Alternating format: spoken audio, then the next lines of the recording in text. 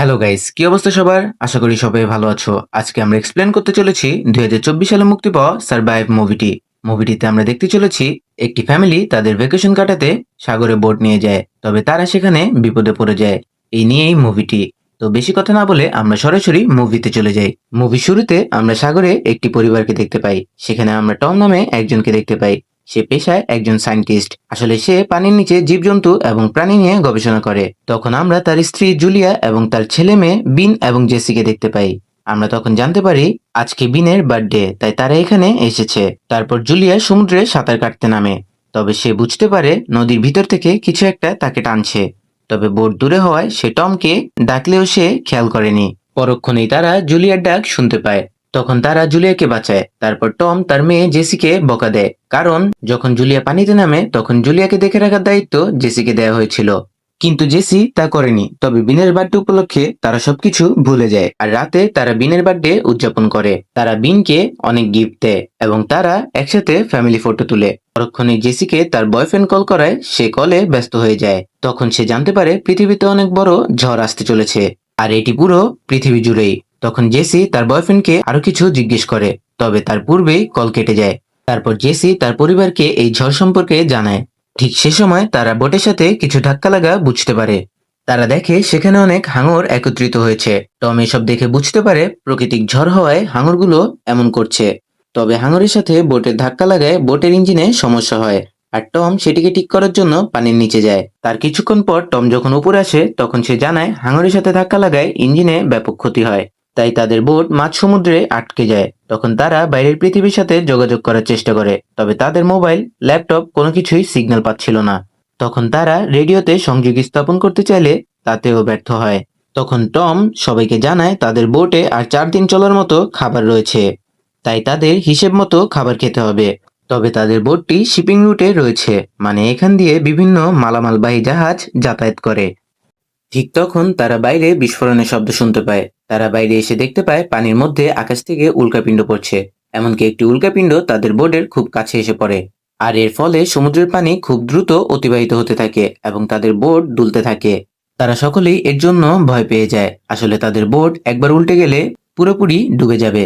তখন টম সবাইকে বোটের উপরে নিয়ে যায় এবং লাইফ জ্যাকেট দেয়, যাতে বোট ডুবে গেলে তারা ভেসে থাকতে পারে। তবে পুরো পৃথিবী জুড়ে ঝড় হওয়ায় তাদের সমুদ্রে এই সমস্যা হয়। তারপর সকালে তারা দেখতে পায় তাদের বোটে সূর্যের আলো প্রবেশ করেছে।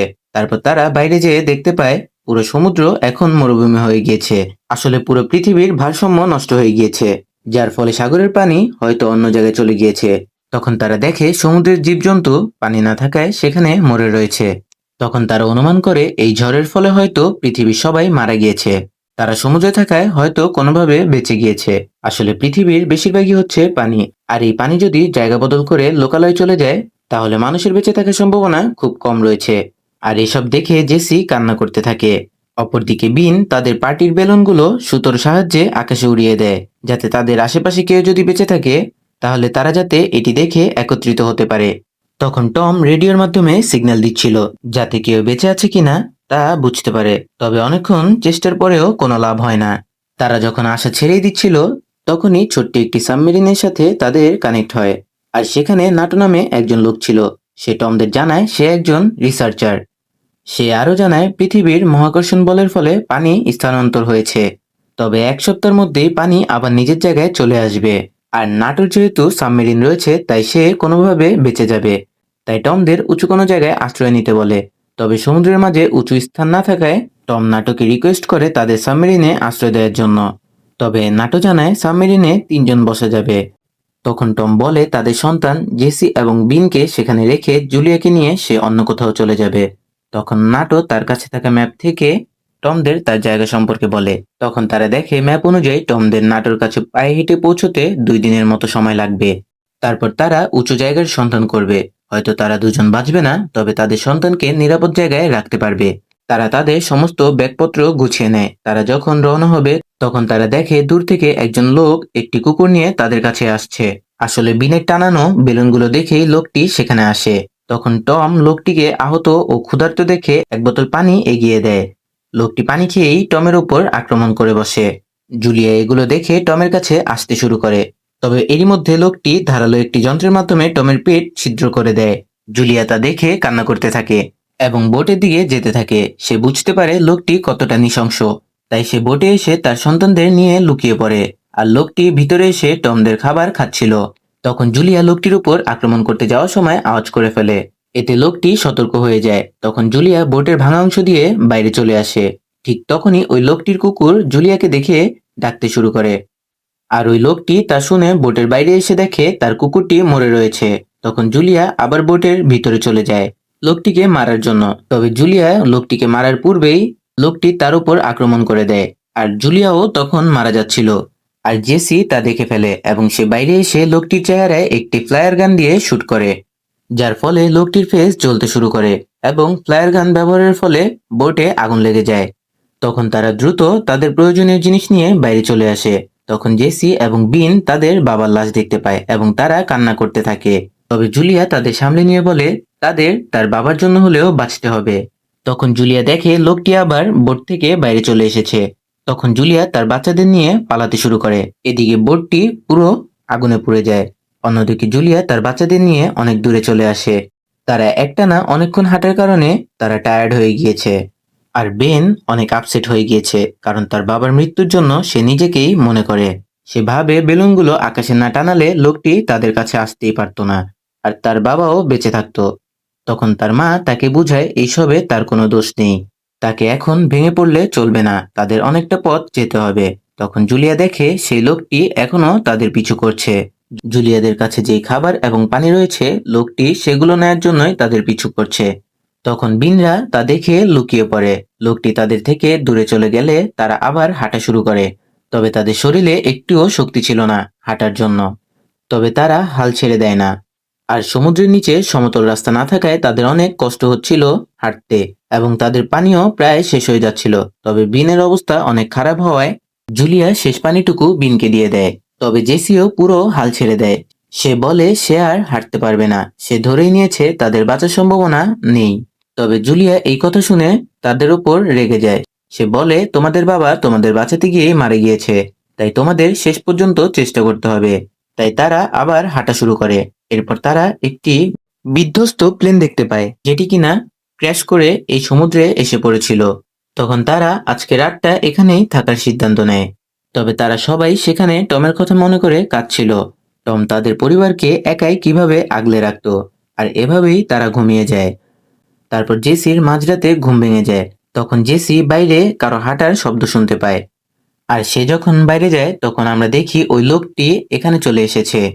আর লোকটি যখন জেসিকে মারতেই যাবে তখনই জুলিয়া পেছন থেকে লোকটিকে আক্রমণ করে। আসলে তারা আগে থেকেই প্ল্যান করে রেখেছিল। জুলিয়া টমের হত্যার প্রতিশোধ নেয় এবং এভাবেই রাত শেষ হয়ে যায়। তবে সকালে তারা দেখতে পায় ওই লোকটির লাশ সেখানে আর নেই। তার মানে এখানে ভয়ঙ্কর কোনো প্রাণী রয়েছে, তাই তাদের সাবধানে থাকতে হবে। তারপর তারা আবার নতুনভাবে সাবমেরিনের উদ্দেশ্যে রওনা হয়। তারা যেহেতু গতকাল থেকে পানি খাচ্ছে না, তাই তাদের অবস্থা খারাপ হয়ে যায়। বিন তখন মাটিতে পানি জমে থাকে দেখে, তবে পানিগুলো খুব নোংরা ছিল। কিন্তু বিন নিজেকে আর আটকাতে পারে না, আর সে নোংরা পানি খেতে থাকে। তখন জুলিয়া তাকে বাধা দেয়, কারণ এই পানি তাদের শরীর খারাপ করে দিবে।